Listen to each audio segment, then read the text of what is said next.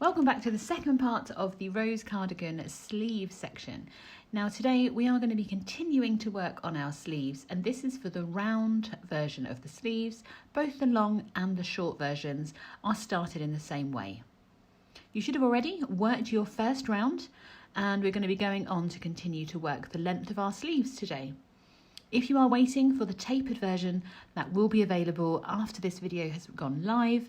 It's a little bit more advanced, but it's entirely up to you which version you choose. Here you can see the difference with the weight of the sleeves around the cuff, and it's entirely up to you which look you go for.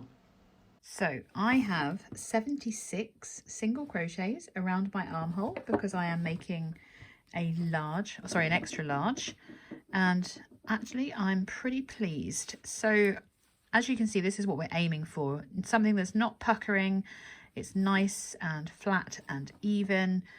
You haven't quite achieved the total number and your crochet is looking nice and smooth like this, and you're only making the round sleeve, don't worry, it's good enough. Just make a note of the number of stitches that you have, because that's going to be your stitch count, so do keep a note of that.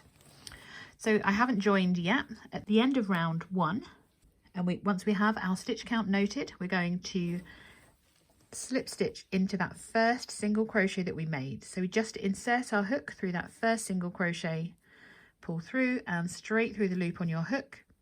We're not turning for round one.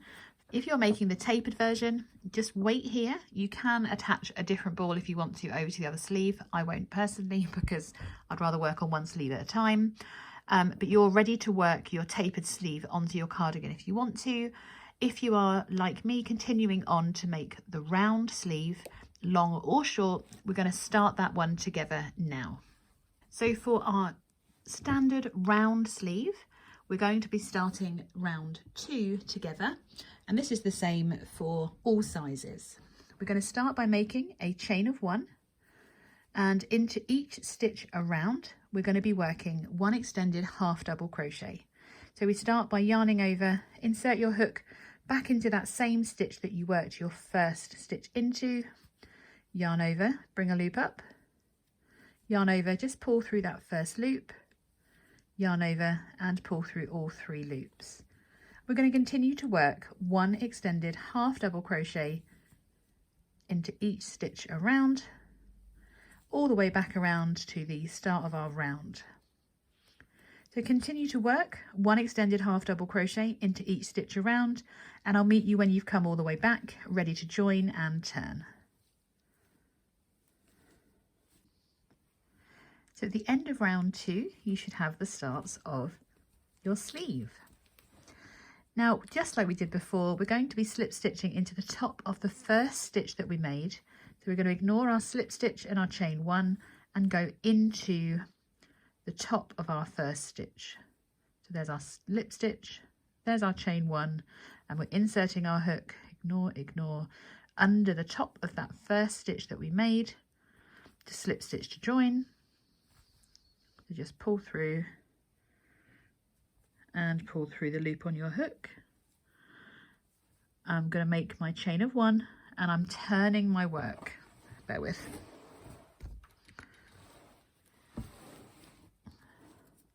So now I'm going to be working back around in the opposite direction, and that's going to give us the same look as the rest of our cardigan.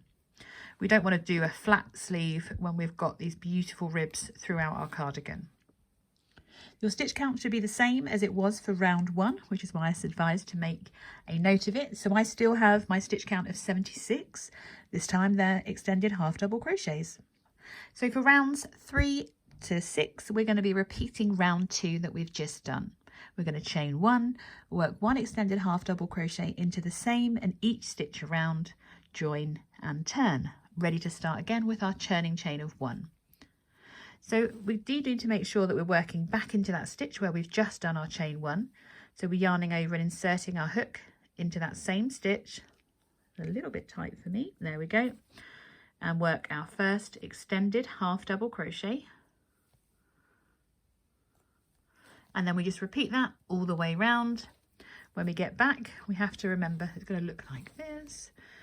We need to make sure we skip that slip stitch and our chain 1 and join in the top of our first stitch around, turn again and work another round. Continue to work 1 extended half double crochet into each stitch around for rounds 3, 4, 5 and 6, and I will meet you at the end of round 6 ready to work the next part of our pattern. So at the end of round 6 you should have very much the beginnings of a sleeve, and I'm just going to join my last round so we can go on to round 7. Remember to turn at the end of row 6, do my chain 1 to turn. And with round 7 we are going into our half double rows with that half double crochet V-stitch as well. Once we've chained 1, we're going to yarn over and insert our hook into our stitch, ready to work our first US half double crochet. We're then going to skip the next stitch, and into our next stitch across we're going to work 1 half double crochet, a chain 1 and a second half double crochet into the same stitch. I'm going to repeat this all the way around to our last stitch where we're going to work our final half double crochet. So we skip the next, insert, work 1 half double crochet, a chain 1 and a further half double crochet all the way around. So continue to repeat that and I'll meet you for our final stitch.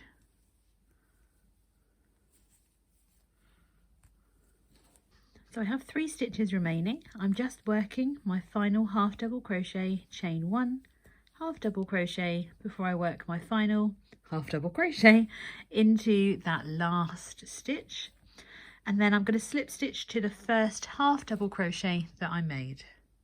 There's my slip stitch, my chain 1, and this is where I'm going to insert my hook under that first half double crochet that I made. Oh, it's elusive. There we go. And we can slip stitch to join, make our chain 1, and we are ready to turn to work our second row of half double crochet into those chain 1 spaces. So we start by working our first half double crochet into the top of the last one that we worked. We're going to skip the next stitch just like before and work into our chain 1 spaces to work our half double crochets. Work a half double crochet, a chain 1 and a second half double crochet. We skip the next 2 stitches to work into that next chain 1 space, once again placing a half double crochet, chain 1 and a half double crochet. So continue to repeat that around and I will meet you back for the end of this round. So I've worked into my final chain 1 space and I'm just going to work my final half double crochet into that last stitch, ready to skip the slip stitch, chain 1 and join into that first half double crochet that we made.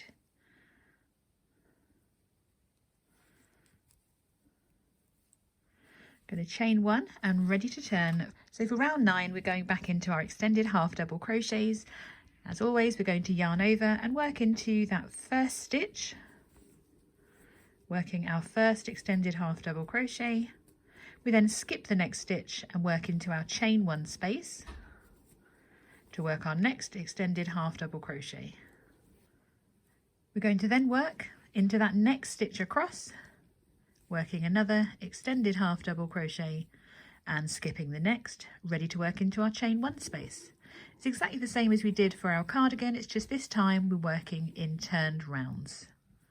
So continue to repeat around, working into each chain 1 space, into the next stitch, working another extended half double crochet and skipping the next to go back into your chain 1 space, and I'll meet you around at the last chain 1 space. So I've just worked into my last chain 1 space and there's just 2 stitches remaining to work into. So we're just going to work 1 extended half double crochet into each of the last 2 stitches. Your stitch count at this point should be back to what you started with in round 1. So in my case, I have 76 extended half double crochets.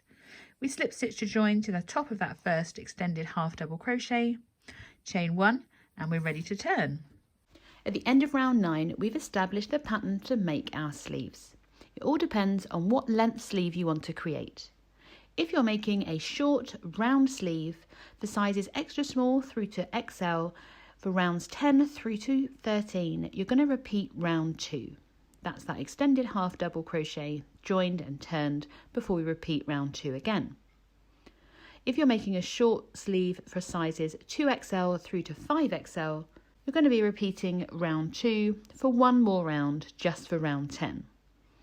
Once you think you've reached the length that you want, give your cardigan a try on and check the length of that sleeve so that you're comfortable with it.